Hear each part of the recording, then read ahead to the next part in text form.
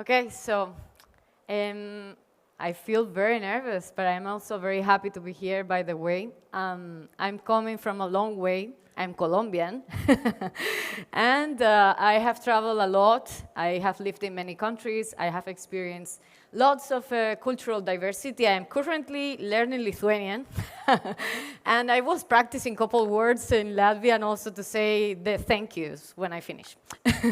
But I would like to start this part of my presentation by telling you something that happened to me once in a training. I work in diversity, equity, and inclusion, and I am a PhD in gender studies from the University Rey Juan Carlos in Spain.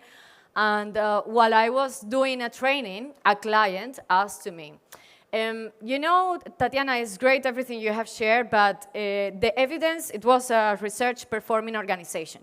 And this person asked to me, you know, if the science already shows that women are really naturally good at communication, why would I recruit a man for a role in communications? Fair question, I thought. But when we are researchers, and whenever we are in a recruiting a team or we are in an HR team, we know that we also hold some biases. We hold ideas, prejudices, concepts that we have towards certain individuals based on the color of their skin, how they talk, how they look, their accent. It's natural that as soon as we see people, in our brain, we go and categorize them. So this question was fair enough, and while it was subjective, it also showed me that this person makes decisions quietly based on his biases, right? So in that organization, this person will choose based on those ideas he has that who we hire, who we trust, and who we believe, and how they should be, or how they should look like. Or if my research is pointing that they are naturally good at this, then why would I consider another gender identity for that? So this gets me to my core question of today, and is, who gets to design the future then? If we are thinking that naturally one brain is better than for X, Y, right? So in this question, I evolved into my research. My research in PhD was about female leadership in STEM careers. In this framing of most of the questions of tons of research I read, most of them, they were about why women do not join STEM. Or, very funnily, whether the brain of a woman and the brain of a man was naturally better at mathematical subjects, and that's why the main reason women don't choose STEM careers. And to me, it was very contradictory, because the answers, most of this research, I have written already 4 papers, and my thesis is published. You can all access to it. It's written in English. You can read it. And so all the questions were what all the speakers were just talking about. All the research was about gender segregation, was about imposter syndrome, glass ceiling, cliff stereotypes. Glass ceiling and glass cliff, by the way, are syndromes that or phenomena we experience in the workplace, when we find spots or roles where we cannot grow, or where individuals doesn't let us grow, yes? So there are systematic conditions that create all those 4 reasons we have there. Gender imbalances in work life, because life is happening, work is part of our life, but it's not all of it. We just saw it with the presentation of Vinted. Yeah, so with all these ideas, I landed into one question that was about the hierarchy of knowledge. It might be a new concept to you, it might not, but hierarchy of knowledge codes how people and how governments also create curriculum, and how that curriculum is connected to the professions that will be important in the future. Let's think about something. Imagine a philosopher 20 years ago. A philosopher 20 years ago could only think about becoming a professor or doing research. Right now, philosophers are also writing policies in ethics, to cybersecurity, to corporate governance, practicing ethical environment all over the world. Now they can earn more than just being a professor.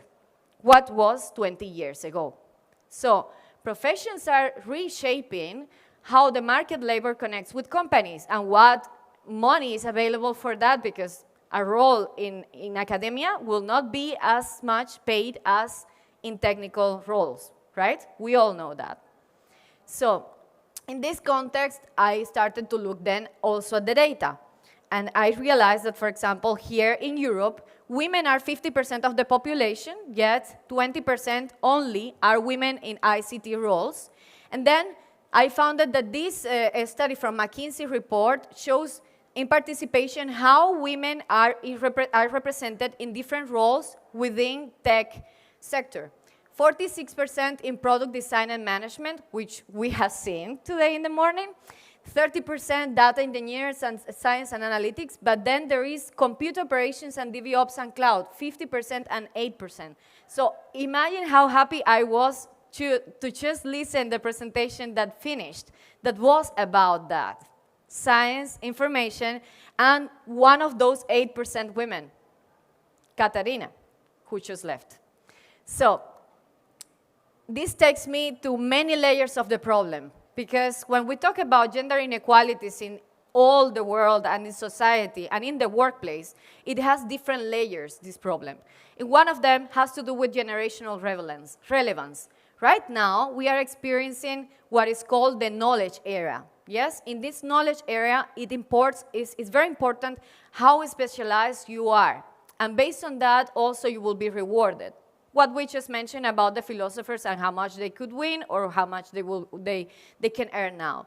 But also in the connection to the market labor, what we see is that most of those new generations that are joining to the workplaces, they are finding workplaces that are not nurturing. And so 58% of them are saying that they admit that they are in a situationship. Yes, and what does it mean, the situationship? The situationship means they are taking on jobs just for the role, the money, and for meanwhile, until I find that place that actually reflects my values. That place where I feel seen, where I feel supported, where this conversation is natural, is not under stress, or am I gonna get fired, am I gonna be retaliated, or anything else, right? So under this idea, we are finding that there is lots of baby boomers, millennials, and different generations that we all collide in one place to try to create a product and a service that will go out there to serve the world. How is that being built if we are not also nurturing the future generations to come to have a safe place where they can create value? So then, again, gender equality is not just about women's issue. It's not only about policy issue. It's a leadership issue, and it's also involving men.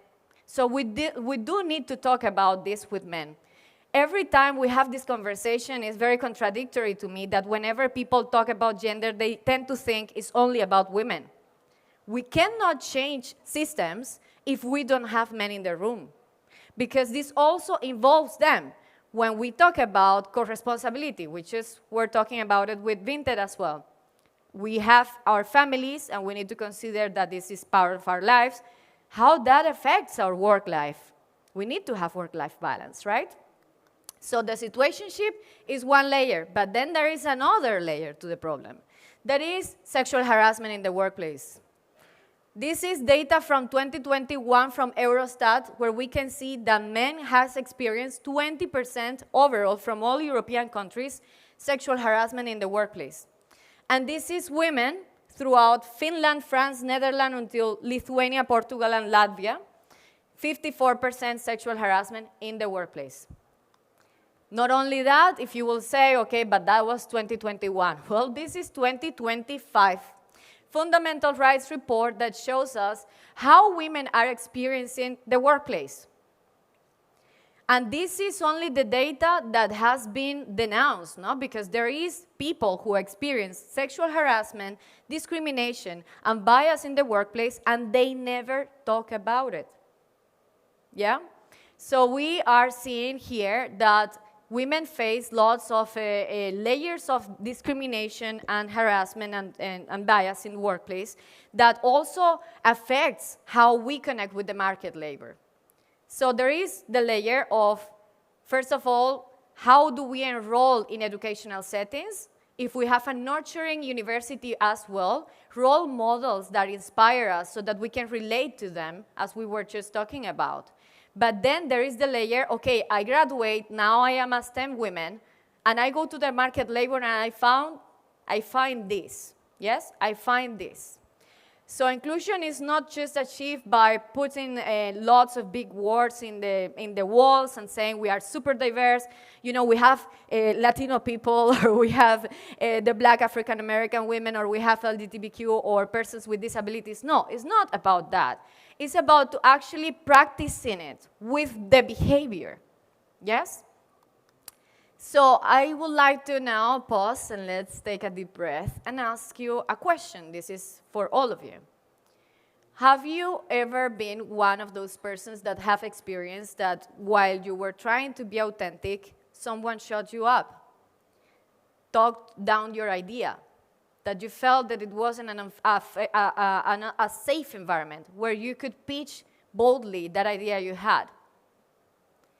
And also think on how it is that it's not only you. There has been other women there in the same position as you. How many ideas have been lost in time and in space and never happened because you were in unsafe environments where even to speak up and challenge the status quo, as we are doing now, wasn't safe and made you feel that you were not good enough, that you were not technical enough, that you weren't just enough, right? And this takes me to one important word that is intentional allyship. We all need mentors, yes, but we also need intentional allyship in terms of sponsors. Sponsors is a different concept than mentors. Mentors can teach you a lot in terms of your career path, guide you with intentional questions for you to reflect, but sponsors will open doors and windows for you. They will see the potential and they will take you down up to that potential so that you can get it. They will help you to get shit done, yes? So that you close the deal you are dreaming of, that you connect with the right people that will understand you, get your idea, and invest in your ideas. So in this intentional allyship, we have a compound of 3 words that are also throughout my research came out many times. And it was networking, the power of networking. We are here in a big event, tons of people from all over the world. It's a moment in which you can go meet people, random people from nowhere that came from one day to another, change your whole life. Do it. You are scared, you're afraid, swallow it and just do it, literally, like Nike. And leverage, because without leverage, we do not have the right people sitting on the decision makers table that will pitch your ideas or that will say, hey, you know, this person, she is really good, she's doing great, she's showing us this has been the improvement of her projects and so on. And now, one company advice.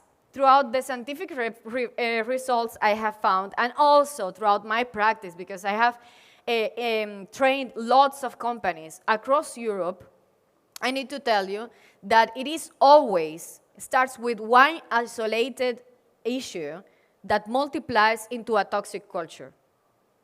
When leaders notice and avoid to talk about the issues, but they are happening, we ignore them, we put them down the table, what creates is that it has a ripple effect.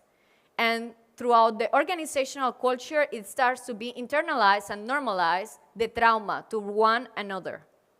Regardless of the color of your skin, where you come from, your accent, if you migrated or not, regardless of anything, discrimination and harassment can happen to anyone.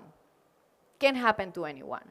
So my piece of advice goes to a very specific roadmap into anti-discrimination and anti-harassment policies, which is by law, everyone needs to have it, but what happens more often than not is that people in the companies don't even know what to do when a situation arises, with whom I need to go, where I can talk to, yes?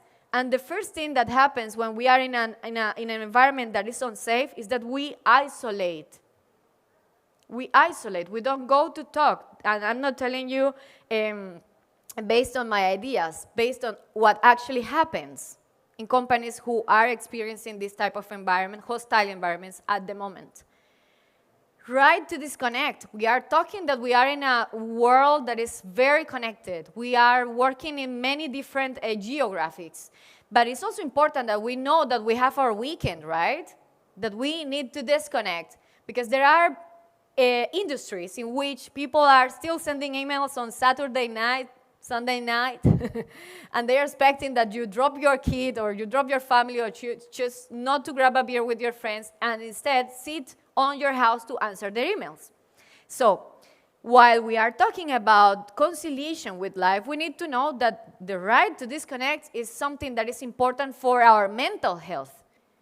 It is part of the human beings that we need to recover. As much as we give throughout a week, we also need some silent time to recover our minds.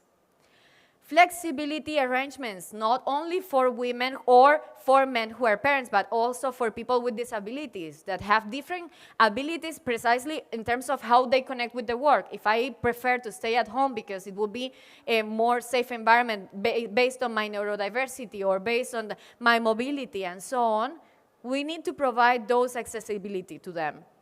And mental health support. More often than not, we also don't listen about mental health issues in the workplace. And there is a lot of people suffering from chronic depression, from not only imposter syndrome, that can become also ruminant thoughts, but lots of many different issues that also impact in the way we connect with work. And before we wrap up, a piece of advice from ChatGPT, right? Everyone is using ChatGPT, so I thought it would be fun to ask ChatGPT if you could share a piece of advice for women shaping the future in STEM career, which are all of you, what that would be. And the advice was, invest as much in building your sponsorship network as you do in building your skills, what I was just mentioning. Because sponsors and technical knowledge is important for all the developments we are going to do in our work, but it's not sufficient because we need that the long-term work is seen, is trusted, and is backed with people that are decision makers that can leverage our careers. And this takes me to the last point that is my personal advice, and it's something that also I have learned through practice. I think we sometimes are afraid a lot of taking space. And that's something that actually men don't do. They don't doubt too much. Sometimes they just jump. And they also don't have the answers, like Vinted was just sharing in her presentation. So own your space, because while you own it, you are showing to others in your network that you are a role model and that they can do it as well. This is not about being here and men here and women here, no. That's not about gender equality. Gender equality is that we can all have access to opportunities. We can all have access to resources. We can all have dignity in life. We can all pay for our services. We can all achieve as much as in our personal fulfillment as in our professional fulfillment. This is what it is about. So in that sense and in that idea, I want just to invite you today to hold space boldly, to show up for those big ideas, to pitch those ideas. You're afraid. I'm going to say a bad word. Fuck it. And go for it. Because while you do that, you are setting the standard for those generations to come that they can also do it. There will be relatable stories on how you can show up for those bold ideas you have. So thank you, and have a great evening. If you would like to contact me. Thank you so much.